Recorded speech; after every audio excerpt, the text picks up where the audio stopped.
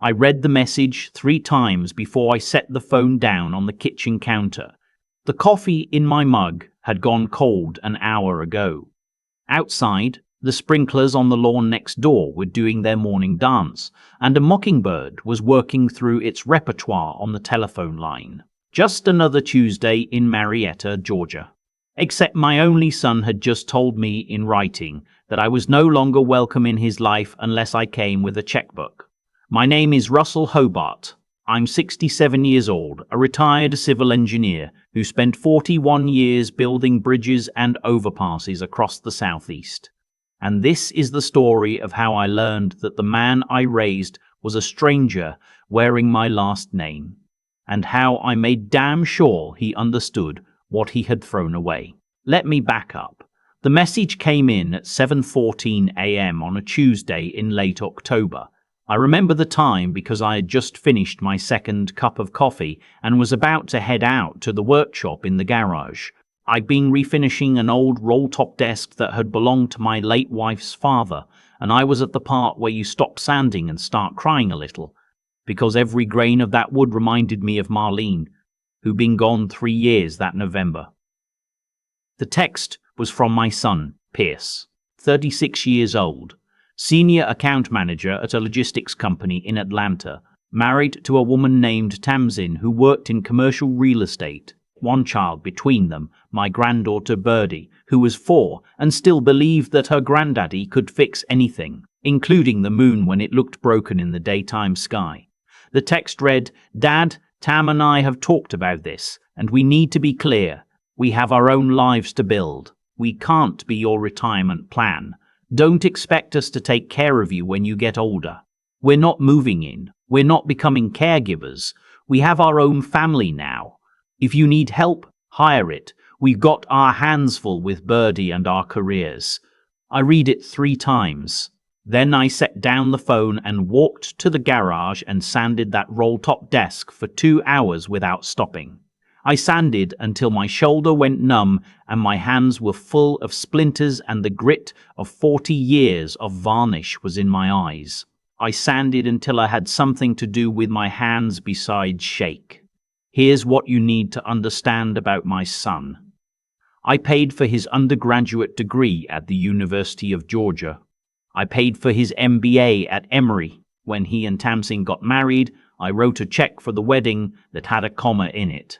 I'm not going to repeat. When they bought their house in Buckhead 3 years ago, I covered the down payment and didn't even ask to be paid back, because Marlene was sick then and I wanted Pierce to have something to anchor him after she was gone. When Birdie was born and Tamsin wanted to take 8 months off work, I covered their mortgage that whole time.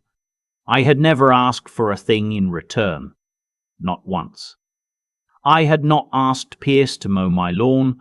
I had not asked him to come over for Sunday dinner. I had not asked him to come over for Sunday dinner. I'd asked for nothing because I'd been raised to believe that you don't give to your children with strings attached. You give because you love them, and the love is the whole point. But somewhere along the way, my son had started believing that all of it had been my obligation, that every check, every co-signed loan, every quiet bailout was just the natural state of being his father. And now, having received it all, he was apparently worried I was going to ask for something back. I went inside that afternoon, made myself a sandwich I couldn't eat, and called my attorney. His name is Whit Donoghue, and we'd known each other since 1987, when he handled the closing on the first house Marlene and I ever bought. Whit picked up on the second ring and said, "Russell, you're calling at 3 in the afternoon on a weekday. Either somebody died or somebody's about to wish they had." "I want to rewrite my will, Whit. The whole thing, top to bottom." There was a long pause. Then he said, "Come on in tomorrow morning, 9 o'clock. Bring everything you got. We'll start fresh." I didn't sleep that night. I sat on the back porch in Marlene's old wicker chair and watched the stars rotate over the pines, and I thought about every dollar I'd ever given that boy. I thought about the camping trips, the Boy Scout uniform, the braces, the Honda Civic on his 16th birthday, which he'd traded for a used BMW within a year because the Civic looks like something a teacher would drive. I thought about Marlene in the hospital, the last clear conversation we ever had, when she'd squeezed my hand and said, "Russ, promise me you'll keep an eye on Pierce. He's not as strong as he pretends to be." I had promised. But promises can be kept in more than one way. And I was about to find out what kind of strength my son actually had when the safety net was gone and the floor came up fast. The next morning, I sat in Witt's office on Roswell Road and laid it all out. The text message, the history, the numbers, which were considerable. Witt listened the way he always did, with his glasses pushed up on his forehead and a yellow legal pad in his lap, taking notes in that crooked left-handed scrawl I'd been deciphering for 38 years. When I was done, he said, "Russell, are you sure? I've never been more sure of anything in my life." "Okay, walk me through what you want." I told him. The house in Marietta, the one Marlene and I had bought in 1992, the one where Pierce had grown up, that was going to be sold, and the proceeds were going into a trust for Birdie that she couldn't touch until she was 35, with a clause that her parents could not access it for any reason. The investment portfolio, the 401k, rollover, the rental property in Cartersville, all of it, half to Birdie's trust, half to a scholarship fund at Georgia Tech in Marlene's name for first-generation engineering students. The lake house at Lake Allatoona, where I'd taught Pierce to fish, that was going to my niece Coraline, my late sister's girl, who called me every Sunday for the last 3 years to make sure I was eating. To Pierce, I left one item, a 1971 Buick Electra, the car he'd learned to drive in. It hadn't run since 2003. "That's it," Witt said. "That's it. And you understand he's going to contest this. He can contest whatever he wants. I'm 67. I'm in good health. My mind is sharper than his. Let him try." Witt drew up the documents. We signed them on Friday in front of 2 witnesses and a notary. I drove home with a copy in a manila envelope on the passenger seat, and for the first time in 3 days I felt my shoulders come down from around my ears. But that wasn't the end of it. That was just the paperwork. The lesson hadn't started yet. You see, Pierce didn't know about the will. He didn't know about any of it. As far as he was concerned, he'd sent a hard but fair text to his old man, and his old man had absorbed it quietly, the way I'd absorbed everything else for 36 years. What he didn't know was that I'd also been carrying him in ways he hadn't bothered to count. The mortgage on his house in Buckhead. I was a co-signer. Pierce's credit had been mediocre when they bought it, and the bank required a co-signer to give them the rate they wanted. I'd never told Pierce, but the loan was structured in a way that I had the right to call it under certain conditions, including a written request to be removed from the obligation. The car he drove, a leased Range Rover, was leased through a dealership owned by an old friend of mine named Bert Caldwell, who'd given Pierce a sweetheart deal at my request. Bert had told me at the time, "Russ, this kid's payments are going to be light. I'm doing it because of you, not because the numbers work." The country club membership he and Tamsin used every weekend, that was on my account. I paid the dues quarterly. They'd never offered to take it over. The 529 plan for Birdie, that was funded entirely by me. Pierce and Tamsin had never contributed a dime, though they had the means. And the credit card, the American Express that Tamsin had been using for household emergencies since Birdie was born, that was on my account too. I'd added her as an authorized user during a difficult stretch when Birdie had a febrile seizure and they needed a way to handle the hospital bills without thinking. I'd never taken her off. That weekend, I made a list. A long, methodical list in pencil on a yellow legal pad of my own. I'd been trained as an engineer. I knew how to disassemble a structure carefully so it didn't come down on anybody's head before you were ready. By Sunday night, I had a sequence. On Monday morning, I called Bert at the dealership. I explained the situation. Bert is 71 and old school, and he listened without interrupting, and at the end he said, "Russell, I'm sorry, son. What do you need from me?" "I need that lease unwound. He's 22 months in on a 36-month deal. What's the buyout?" Bert did some math. He's upside down on it by about $9,000. If I pull my pricing concession, the residual jumps another 4. Call it 13 total. How long until he gets a notice? I can have it in his hands by Wednesday. Lease violation for unauthorized modifications. He's got those aftermarket rims that voided his terms, and a demand for the buyout or surrender of the vehicle within 30 days. Send it. On Tuesday, I called the bank. I exercised my right under the cosigner agreement to be removed from Pierce's mortgage. The bank's representative was a woman named Janelle, who walked me through the process with patient professionalism. She explained that Pierce would need to either refinance the loan in his own name within 60 days or face acceleration of the note. "Will he qualify on his own?" I asked. "Mr. Hobart, I can't speak to his specific situation, but with the rates where they are now and the size of his obligation, that would be a significant challenge for most borrowers." "I understand. Send the notice." On Wednesday, I called the country club. I terminated the membership. They sent a confirmation letter, which I had them mail to Pierce's house as well, since he was listed as a household associate. On Thursday, I called American Express and removed Tamsin from my account. They overnighted me a new card with a new number. On Friday, I called the financial advisor who managed Birdie's 529 plan. I had her change the beneficiary to a new trust I'd set up with Witt's help, a trust where I was the sole trustee and Pierce and Tamsin had no access, no visibility, no ability to do anything but watch from the outside until Birdie turned 18 and could request her educational disbursements herself. By Friday evening, I had taken apart, piece by piece, every quiet thing I'd been doing for my son for the last decade. I hadn't taken $1 back. I hadn't asked for anything. I had simply stopped giving in every way I'd been giving all at once, and then I waited.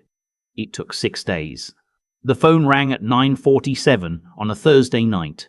I was on the back porch with a glass of bourbon and Marlene's old cat, Wendell, who'd outlived her by some margin and seemed determined to outlive me too. I let it go to voicemail. It rang again, and again, and again. On the 4th ring, I picked up. "Dad, what the hell is going on?" I'd never heard my son's voice quite like that. There was a quality in it I'd heard maybe twice in his entire life. Once when he was 8 and lost in a department store. Once when Marlene's diagnosis came back. It was the sound of a man who had just realized he was not in control of the room. "I'm not sure what you mean, son." "You know what I mean. The dealership called. The bank called. The club called. The club called. Tamsin's card got declined at the grocery store this afternoon. What did you do?" I took a sip of bourbon. "I read your text, Pierce." There was a long, long silence. Then he said, Dad, that was about long-term care. That was about a hypothetical 15 years from now." "You can't be." "It wasn't hypothetical. You used the word expect. You said don't expect us to take care of you. So I made sure you wouldn't have to. You'll find that I have removed myself from every part of your life where my presence might have created an expectation. You're welcome. Dad, the mortgage, you have 60 days to refinance the mortgage in your own name. I would suggest you start tomorrow morning. I can't qualify on my own. You know that. Then you'll need to sell the house and downsize. There's a perfectly nice neighborhood indicator that's well within your means. This is insane. You're punishing us over a text message. No, son, I'm meeting your stated boundaries with corresponding boundaries of my own. You have your life, I have mine. You don't take care of me, I don't take care of you. That's the arrangement you proposed. I'm honoring it. What about Birdie? What about her college fund? Birdie will be taken care of. That hasn't changed. What's changed is who controls the money. You'll find the new trust quite generous when she's of age. You will simply have no role in administering it. I could hear Tamsin in the background, her voice sharp and rising. Pierce told her to be quiet, in a tone I'd never heard him use with her before. Dad, I need you to undo this. All of it, tonight. No. Dad. I said no, Pierce. You're a grown man. You make 6 figures. Your wife makes 6 figures. You have a 4-year-old child who deserves to see her parents stand on their own 2 feet. If you cannot make the math work without your father subsidizing your country club dues, then perhaps you should not belong to a country club. The math is not complicated. You're being cruel. I'm being honest. There is a difference, though I understand why you might struggle to recognize it. He hung up on me. I sat with Wendell on my lap for another hour, watching the moon track across the pines, and I felt something I hadn't expected to feel. I felt clean. I felt like a man who had finally taken off a coat he hadn't realized he'd been wearing in the heat for years. The next morning, he was on my doorstep. He'd driven over at 6 a.m., the Range Rover idling in my driveway, his face unshaven and his shirt untucked. Tamsin was in the passenger seat, and I could see her staring straight ahead through the windshield, refusing to look at the house. Pierce came up the walk alone. I opened the door before he knocked. Coffee? Don't do that. Don't pretend this is a normal morning. It is a normal morning, son. The sun came up. The coffee is brewed. Whether you and I are speaking to each other has no bearing on either fact. He came inside. He sat at the kitchen table where he'd eaten cereal as a boy, where Marlene had helped him with calculus, where I had signed every report card he'd ever brought home. He put his face in his hands. Dad, I'm sorry. Are you? I am. I shouldn't have sent that text. Tamsin and I had been arguing about my mum, actually, and about her parents who were getting older, and about how much we can take on, and I lashed out. I shouldn't have put it on you that way. It wasn't fair. I poured him a cup of coffee. Pierce, I appreciate the apology, but I want to be clear about something. I'm not undoing any of this. He looked up. What? You apologized for the way you said it. I don't believe you've apologized for what you said. And even if you did, I've come to realize over the last 10 days that you were, in some ways, telling me the truth. You shouldn't be expected to take care of me, and I shouldn't be subsidizing a lifestyle for you that you cannot afford. Both of those things are true, regardless of the tone of your text. Dad, please, I can't lose the house. Birdie's school is right down the street. There are other schools. Dad, Pierce, I'm going to tell you something. My own father told me when I was about your age, and I didn't want to hear it then either. A man who cannot meet his obligations on his own is not a man yet. He's a boy with a salary. I made you a boy with a salary. I made you a boy with a salary, and I take some responsibility for that, but I will not continue to do it. Not for my sake, for yours, and for Birdie's. He cried then. My 36-year-old son sat at my kitchen table and cried the way he had when he was 9 and his guinea pig died, and I sat across from him and didn't reach for him, because some things you have to feel by yourself or they don't change you. After a long while, he wiped his face with the back of his hand and said, "What do I do? You go home. You sit down with your wife. You make a list of every expense in your life, and you look at it honestly. You sell what you cannot afford. You keep what you can. You become the man your daughter is going to need you to be in 15 years when she's 18 and trying to figure out what kind of man to marry or not marry. you become someone she can model herself on. And you and me. I'm your father. I will always be your father. The door is open. Sunday dinner is at 5 o'clock, and you and Tamsin and Birdie are welcome. Any week you'd like to come, but you will come as my son and my family, not as a beneficiary. Are we clear? He nodded. He couldn't speak. He stood up, came around the table and hugged me. It was the first time he'd hugged me. Really hugged me. In maybe 15 years. I held him a long time, and I thought about Marlene, and I thought I felt her hand on my back, though that's the kind of thing I'd never say out loud to anyone but a cat. They sold the house in Buckhead 4 months later. They moved to a townhouse in Decatur that they could afford on their own. Tamsin took a promotion that came with a longer commute but better pay. Pierce sold the Range Rover and bought a used Toyota Camry that he was, at first, embarrassed to be seen in, and then, gradually, proud of. He started calling me on Sundays, then on Wednesdays, then on Wednesdays. Birdie comes over every other weekend now. She's 6. She helps me in the workshop. She has her own little hammer. She's going to be an engineer or a heart surgeon or possibly both, and she will not have to ask anyone for a cosigner to be either. Pierce and Tamsin are coming up on 3 years of paying their own way, and I have watched my son grow into something I had begun to fear he never would. He is not a perfect man. He is sometimes still the boy who wanted the BMW, but he is, increasingly, his own man. And the difference is visible in the way he stands, in the way he speaks to his wife, in the way he picks his daughter up at the end of a long day. 2 months ago, he asked me over coffee on this same back porch whether I was lonely. I told him the truth, sometimes. Not as often as you'd think. Your mother is still here, in her way. The cat is good company. I have my work. And I have you, son. In a way, I didn't have you before. He was quiet a long time. Then he said, Dad, if something happens, if you get sick, we're here. Tam and I have talked about it. We'll be here. I patted his hand. I know, son, but that's not the deal. That was never the deal.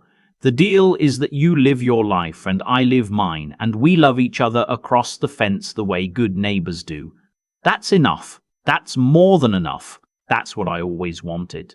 He nodded, and we sat and watched the sun go down behind the pines, and Wendell came out and curled up between us, and somewhere a mockingbird was working through its repertoire on a telephone line, and I thought to myself, I did not lose a son. I gave back a son to himself, and that is the only thing a father can really do in the end.